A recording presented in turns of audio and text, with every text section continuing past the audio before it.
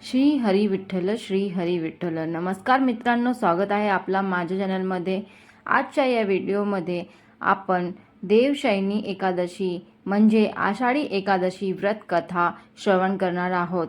आषाढी एकादशीला देवशयनी, पद्मनाभा आणि मोठी एकादशी या नावाने ओळखले जाते.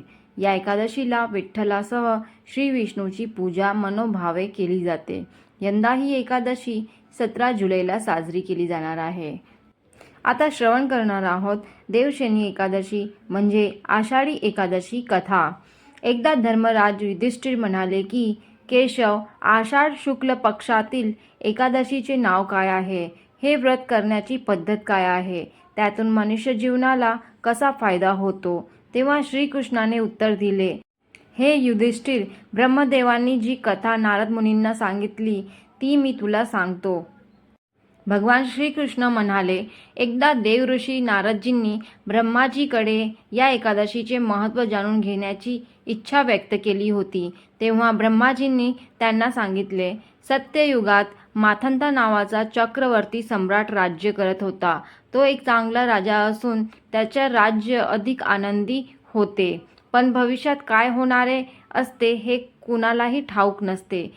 तसेच राज्यात दुष्काळ पडेल हेही राजाला माहीत नव्हते. एक वेळ अशी आली की त्याच्या राज्यात सलग 3 वर्षे पाऊस पडला नाही. या दुष्काळामुळे प्रजेचे हाल होऊ लागले. त्यावेळी राजा विचार करू लागला की मी असे कोणते पाप केले ज्यामुळे माझ्या प्रजेचे इतके हाल होत आहे. या दुःखापासून मुक्त होण्यासाठी राजा जंगलात निघाला. जंगलात भटकत असताना राजा ब्रह्माजींचा मुलगा अंगिरा ऋषीच्या आश्रमात पोहोचला आणि त्याला आपली समस्या सांगितली.